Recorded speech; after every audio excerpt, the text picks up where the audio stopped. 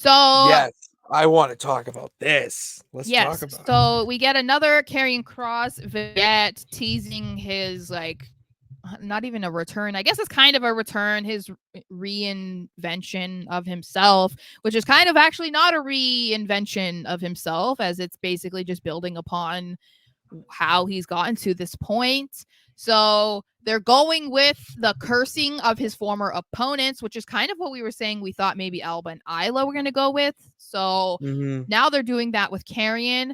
And he talks about how after he faced when he dealt with the bloodline, they fell apart. He took away Drew's temperament, and look at where he's at now. He took out Ray, and then Ray was feuding with his own child. He says he took away Nakamura's armor, and look at what he's doing now. And he basically confirms that yes, the authors of pain are going to be within this group with him.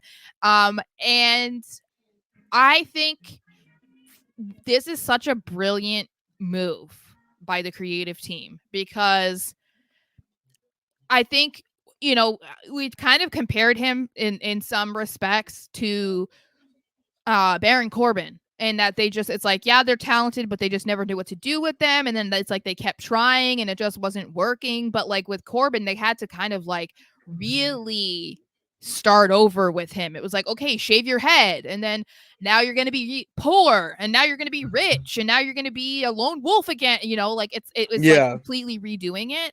And I think with Karrion, it's like everyone has spoken so highly of him, and so you knew that they were going to do all that they can to make something work.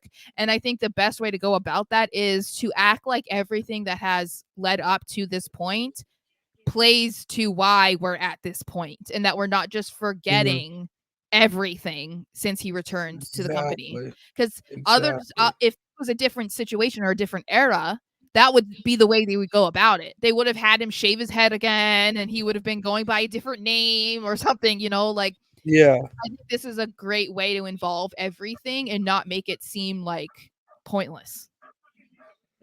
Well, yeah, it just makes sense with the way things are going now. You want to have the fan as invested as possible, and the way you're doing that is by connecting stuff.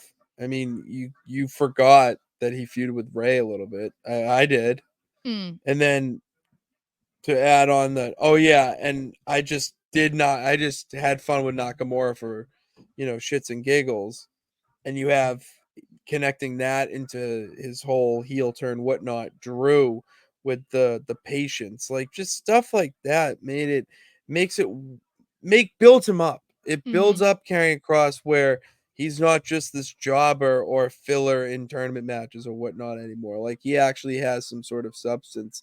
And the odds of pain need to be like bodyguard figures for him. And then mhm, because the authors of pain need their own bodyguard in a sense, you bring back Paul Ellering, and then you could make this like faction, because right now factions are the hottest thing. mhm. I'm all for it. I think this is gonna send Carrion to the moon, potentially put him in the main event picture. I love it. I also like it because we said it before too, that they might be able to use some aspects that they toyed with when talking about doing the Wyatt Six. Obviously, we're never Mm-hmm. going to see that, but we know that Carrion was involved in the ideas and the planning of what they were going to ultimately do when Bray was able to come back. So obviously, they're not going to just take all of those ideas, but I think they can build upon it in a different way because Carrion's not Bray Wyatt. So it's not going to be Clearly, similar, but their characters have that like supernatural element to them, so it's not like a far jump from what they were going to do with what they could do now. And I feel like mm-hmm. that's kind of exciting because we don't have that right now. And although sometimes it can be kind of cheesy because it's like, oh, it's supernatural, that's not real, there's not a lot of that kind of stuff in wrestling anymore, which is what people loved in the Yeah, 90s and the 80s and stuff like that. And I think the way they've gone about it so far hasn't made you feel like, oh, this is so cheesy, like this is so stupid. I think they've done it yeah, the right way. And I feel like, yeah, based on what we've seen so far from these vignettes and stuff, I'm really excited to see like what it ultimately ends up being, because it's also a fascinating faction of people. yeah. Very weird assortment. of Yeah. people. Yeah. Not the typical, like, if you were gonna try and put together a group for Karrion and Scarlet, you know, I'm not gonna be like Authors of Pain and Paul Ellering. Like, those Not a are chance I'm putting them in no. there.